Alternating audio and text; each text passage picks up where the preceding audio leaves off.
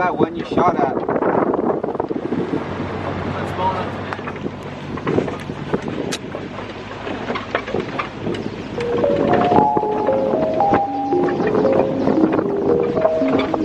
Birthday boy!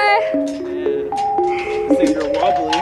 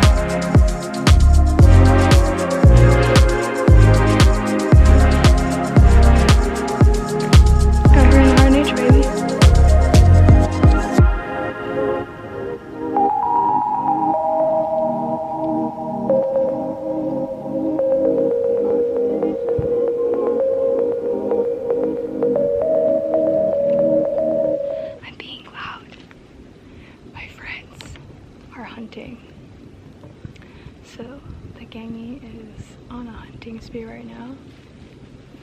I'm hanging back, so hopefully they have a better chance of getting some pua'a, pig,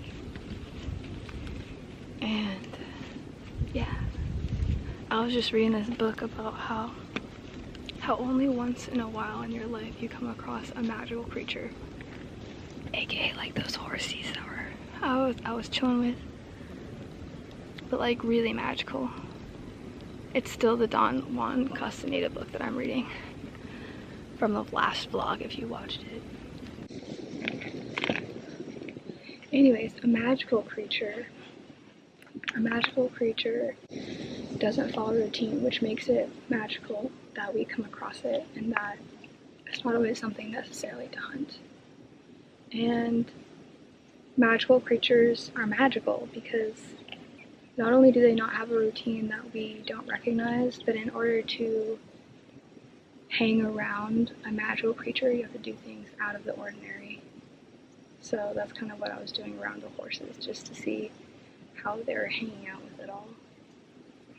If I could, like, you know, maneuver my way to them. Wow. It's interesting, the energy of the hunt. The energy of the hunt.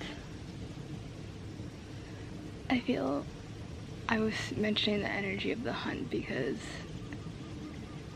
I was just seeing this little baby pig run across the fields, and then I saw these birds fly off, and I feel like they know, you know? Like all the animals know there's a hunt going on. Is it me? Is it you?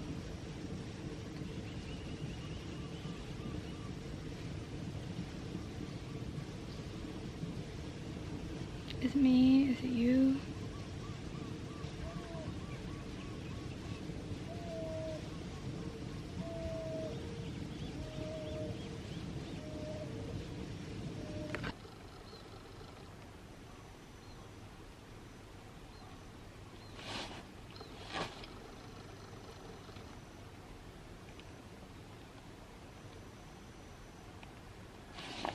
So anyways, I'm also staying back because I'm running on E right now. I'm running on E right now because I haven't been sleeping very well, or more specifically, I've been staying up late. And, yeah, that's all. There's that, and then on top of that, there's been a lot of mold in my car and in my house from the rain. In Hawaii, there's rain. There's a lot of rain, especially right now. And yeah, the mold, I feel like the mold was getting to me last night for sure. I really need to get an air filter for my car. Anyways, yeah.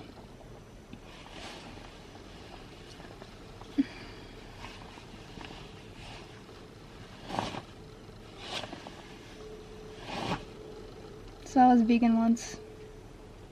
Let me tell this story. Let me tell the story of my vegan to vegetarian to veganhood, to becoming a regular eater.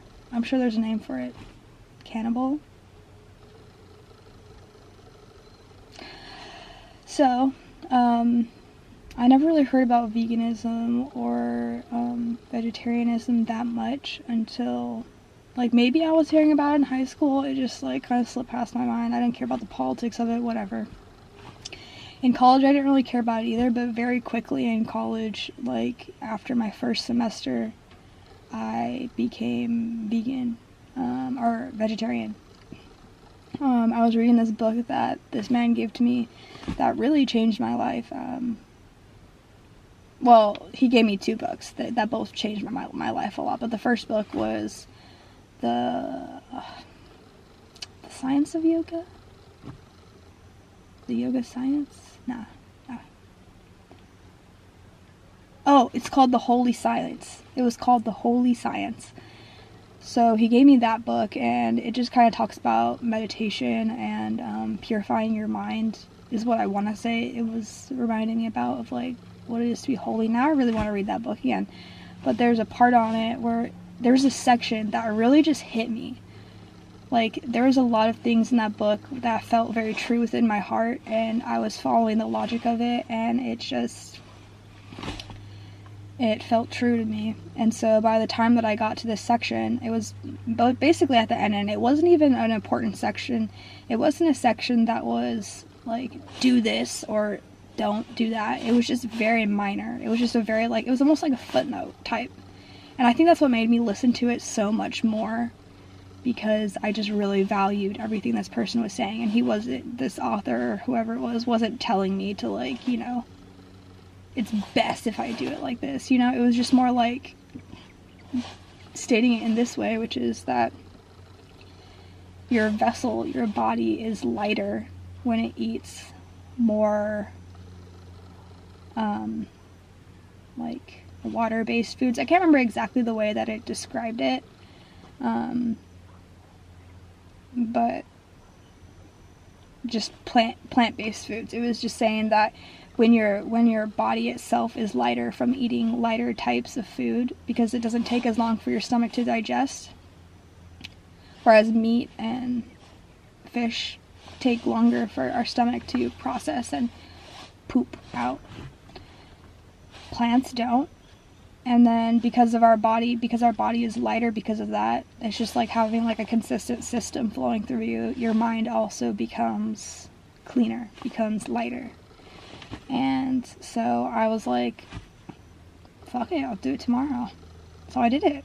The next day I was like, I'm a vegetarian now. And it wasn't even like a life choice that I made. It wasn't like, I'm going to be vegetarian. It was more like, tomorrow I'm not eating meat. And the next day I didn't eat meat, and I just continued to do that because I wanted to see, like, you know, the benefits, or not even the benefits. It truthfully wasn't that hard for me. It was just something that happened very naturally for me, and I ended up loving it. Like, I thought it was awesome, and I did feel lighter afterwards, so that's why I was a very big advocate of it.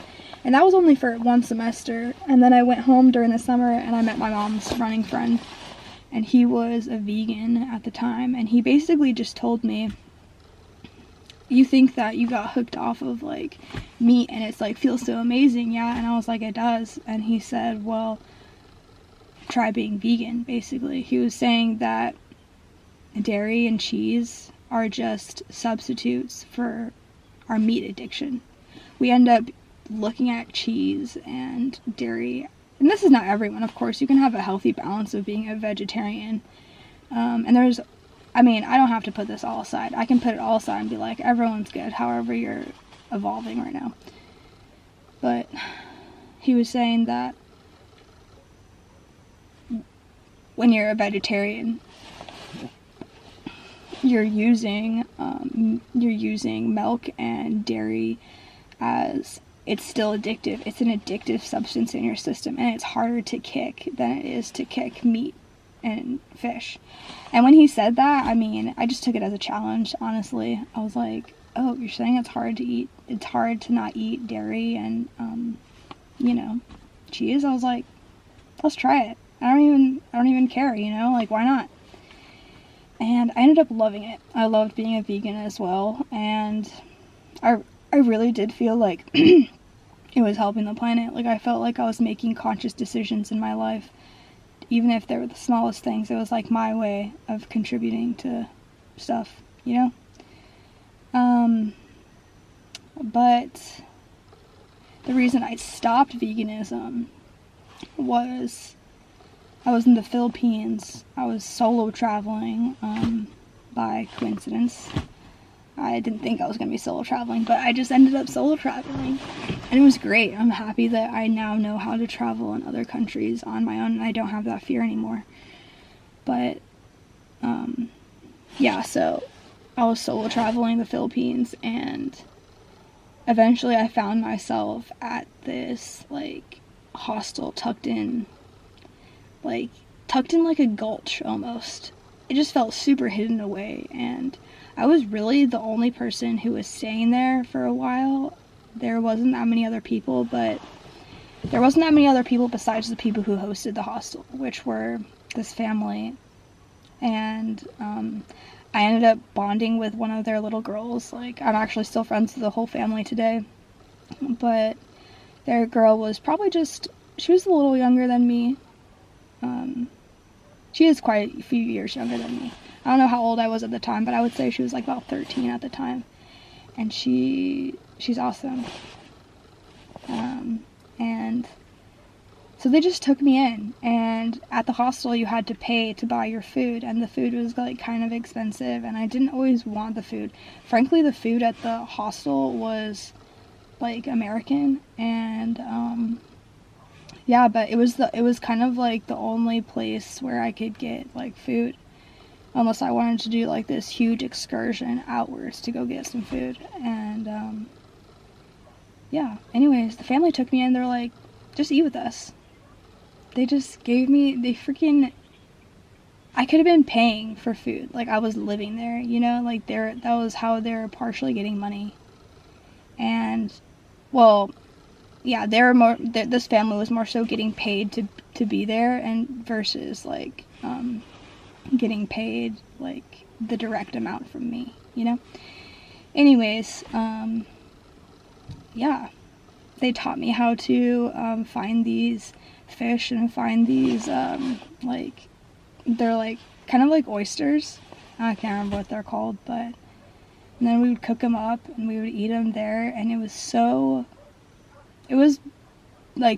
one of the best experiences I've ever had. It's technically I've fished before, but that was just a way more raw experience for me. That was really how the only way that they were eating most of the time was these natural foods. That was where they were, because I'm telling you, we were in this gulch in kind of the middle of nowhere.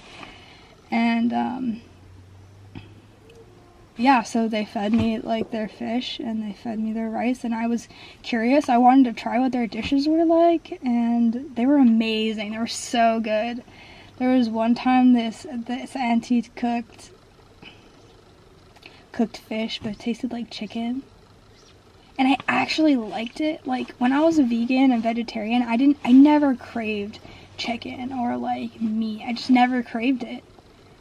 I didn't, I don't know. I didn't. But when I tasted that, I was like, oh, this tastes like chicken. It tastes good. And it wasn't in a way of like, oh, I miss chicken, you know, but I don't know. It was just well made. And so after that, I just decided, like, I'm not going to be as picky about my food, or, you know, like, I still, to this day, I actually still cook vegan and vegetarian for myself. Just because, I don't know. I think it's just kind of, like, ingrained in me. I don't see the reason to go out and buy these meats and these fishes unless I'm hunting for them or I'm fishing for them. Like, that's the time that I would love to eat. I would love to eat it. And you know, that, and it makes it a more raw experience when it's like that, and it makes it a more meaningful experience too, especially if it's like a gift from someone else to you, you know, like a gift of food to you. There's so much love in that, like, really. And at the end of the day, that animal, it was meeting its death, you know, like, that's how I perceive hunting now, and eating meats in the natural way, which is hunting or fishing. That animal is giving its life to us, and it's an honor to take it.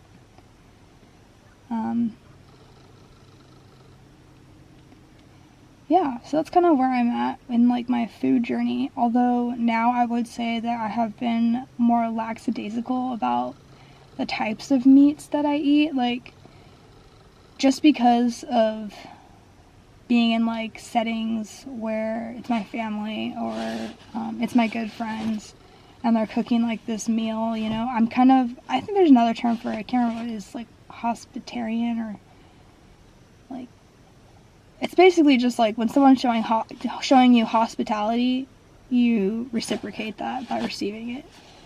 So I practice that with food. Although, truthfully, I don't think, I don't really enjoy eating that much, like, processed food that you get from the store. Like, at least in terms of meat and fish and stuff like that, no. It's very sketchy. If you haven't seen it, obviously, I mean, you've probably heard of it. I don't know, whatever the fuck. There's some, like, crazy-ass prisons for, like, these chicken, for these cows, for these, you know, pigs. I don't want that. I believe in the whole, these animals have, when they're put into these settings like this, and they're being birthed into death immediately. I mean, I guess that's what we're all doing, but they're being birthed into a slaughterhouse. It gives this feeling like that animal has had fear instilled in them for, like, their whole life, and they're probably running on, like, higher cortisol or whatever, higher stress levels, and I believe in the reciprocations of eating that. I don't know if that's been proven on a scientific level, but on a butterfly effect level, I believe in that. So, yeah. And anyways, I bring this all up because like I was saying, when I was vegan and vegetarian, I never craved meat, and to this day, I never crave it. I will cook for myself, vegan and vegetarian, but lately, I have been loving bacon. I felt bad saying that because we're cooking for a pig right now, but I mean,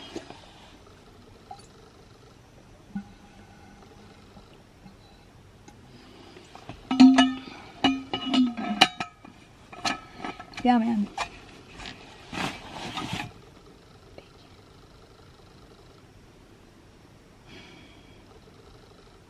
That's my 2 cents. I'm gonna take a nap while I wait for them. Because